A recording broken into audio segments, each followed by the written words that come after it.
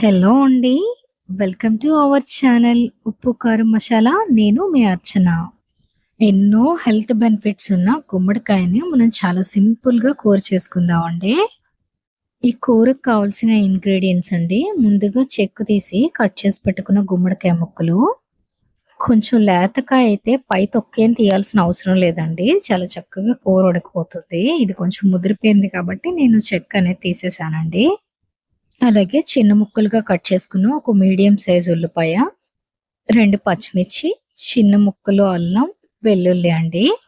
Stove పైన pan పెట్టుకొని 2 table spoons నువ్వుల నూనె తీసుకున్నానండి. ఆయిల్ వేడవ్వగానే 2 టేబుల్ స్పూన్స్ పోపు దినుసులు వేసుకొని ఇవి కొంచెం దోరగా వేగగానే మనం కట్ చేసి పెట్టుకున్న ఉల్లిపాయలు, అల్లం, వెల్లుల్లి, పచ్చిమిర్చి ఇవన్నీ వేసుకోవాలండి. మంచి ఫ్లేవర్ కోసం కొంచెం కరివేపాకు వేస్తున్నాను. ఇవన్నీ బాగా వేగగానే మనం కట్ చేసి పెట్టుకున్న గుమ్మడికాయ ముక్కలు వేసుకోవాలండి. ఇవి త్వరగా మగ్గడం కోసం కొంచెం ఉప్పు వేసుకొని 2, 3 నిమిషాలు మూత పెట్టి ఉడికించాలండి. చూడండి 3 నిమిషాలకి గుమ్మడికాయ ముక్క అనేది మెత్తగా అయింది. ఈ స్టేజ్‌లో చిన్న ముక్కలుగా కట్ చేసుకున్న టమాటోని వేసుకోవాలండి. టమాటో అనేది ముందుగా వేసేస్తే గుమ్మడికాయ ఉడకడానికి చాలా టైం పడుతుందండి. అందుకే ముందుగా వేయకూడదు.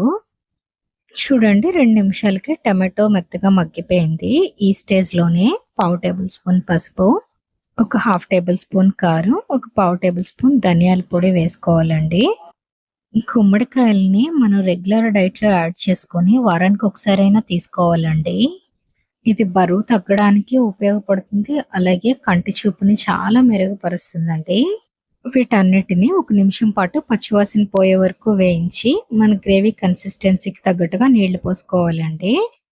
2, 3 నిమిషాలు ఉడికాక ఇందులో ఒక చిన్న బెల్లం ముక్క వేసుకుంటే టేస్ట్ అనేది చాలా బావుంటుందండి. ఈ గుమ్మడికాయ కూర ఇలా చేస్తే పిల్లలు చాలా ఇష్టంగా తింటారండి. అస్సలు కారం అనేదే ఉండదు. మన కంటి చూపుకి ఎంత లెవెల్ అయితే విటమిన్ ఏ అవసరం అవుతుందో 100% విటమిన్ ఏ అనేది మనకి గుమ్మడికాయ కూరలో దొరుకుతుందండి. మనం వేసిన నీళ్ళంతా ఇంకిపోయి కూర ఇలా దగ్గరికి అవుతుందనగానే దింపేసే ముందు కొంచెం కొత్తిమీరతో గార్నిష్ చేసుకోవాలండి.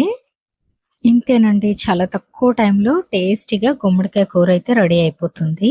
మీరు కూడా ట్రై చేసి మీకెలా వచ్చిందో కామెంట్ చేయడం మాత్రం మర్చిపోవద్దండి. మరిన్ని హెల్తీ అండ్ టేస్టీ రెసిపీస్ కోసం మన ఛానల్‌ని సబ్స్క్రైబ్ చేసేయండి. Thanks for watching.